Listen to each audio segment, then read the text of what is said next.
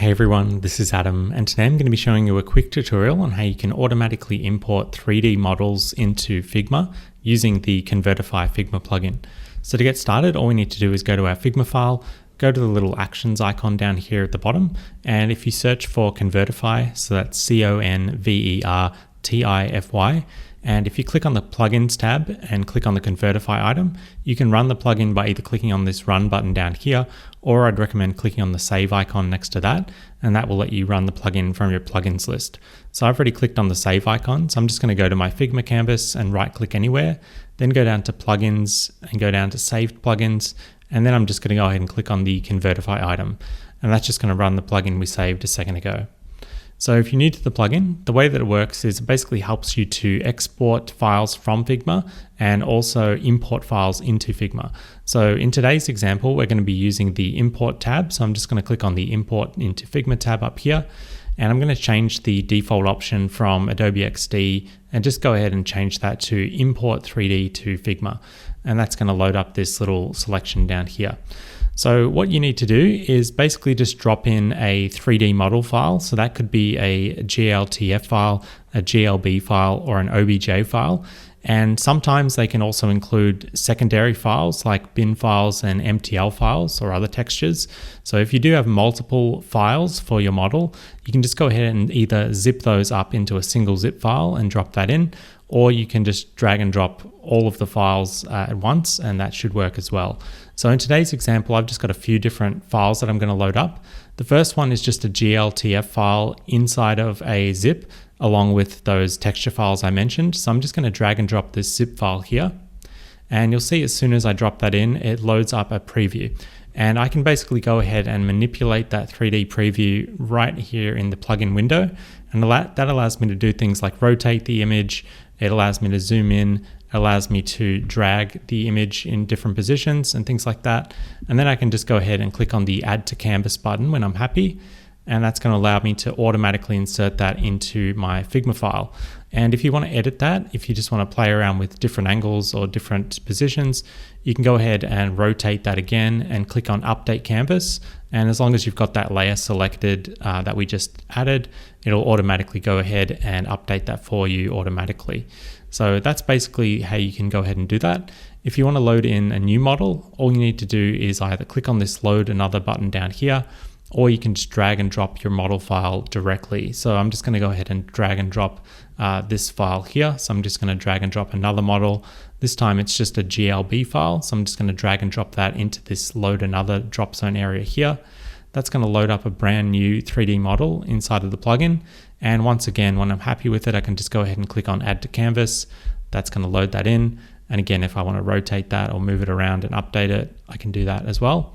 So now we've got two different models, and I'm going to load in a new model now that's a bit more complex. So I'm going to load in a car model, which is just a Porsche model. And this one's about a 20 megabyte model file, just to show you a bit bigger one. And this is also a GLB file. So I'm just going to drag and drop that into here. And once I load that up, you can see again, we can obviously rotate that, we can move it around. And this one's a much higher detailed one, so you might want to zoom in a little bit more just to get that detail showing off a little bit better. And of course, we can move that around like this as well, and we can position it however we want. And then once we're happy, just click on Add to Canvas. And again, that's going to add that in just as we'd expect. So in terms of where to get these models from, you can basically go to any site that offers these kinds of models. The one in the tip in the plugin is just one that links to Sketchfab. So you can go to sketchfab.com and sign up for a free account.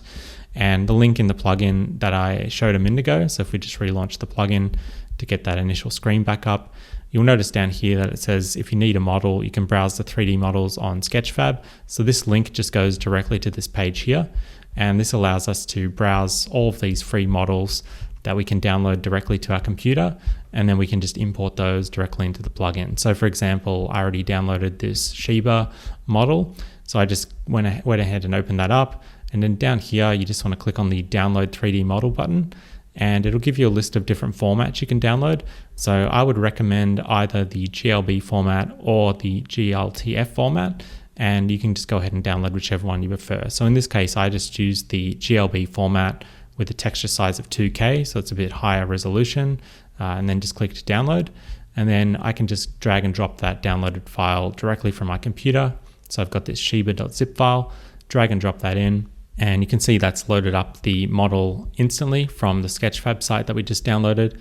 And again, you can just drag and drop that around. You can move the model around, you can zoom in, shift the perspective, and basically get it however you want. And again, just click on add to canvas, and that's going to add that right in just as you'd expect.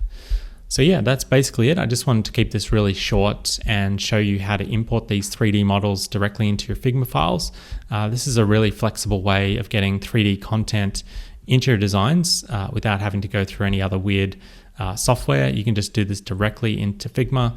It'll recognize those file formats, and you just basically position it in here and add that in directly, and you'll be able to use a bunch of different 3D models and 3D content inside of your Figma designs. Just a super quick one that's worth flagging.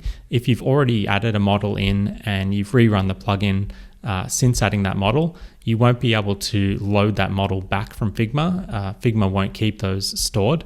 So it'll work if you've got the session saved. So if you've been adding those plugins, adding those 3D models rather into the plugin in the same session and you haven't closed the plugin, it'll keep that model in memory, so you can update the canvas without reloading the model from your computer. But if you've already loaded a model and then you've closed the plugin, you can see here that it's just letting you know the source files aren't in the plugin memory. So if you wanted to edit that again, you would basically just have to drag and drop that original file back in. So if we did that for this example, I could just drag and drop this marble model back in. And now we can basically update the canvas if we'd like. So we can click on update canvas, and then that will work once again. So I just wanted to flag that in case you're wondering why that's happening. That's just because it's not keeping the model stored in Figma. Otherwise it would be really big to store that in your actual Figma file, and you wouldn't really be able to do it.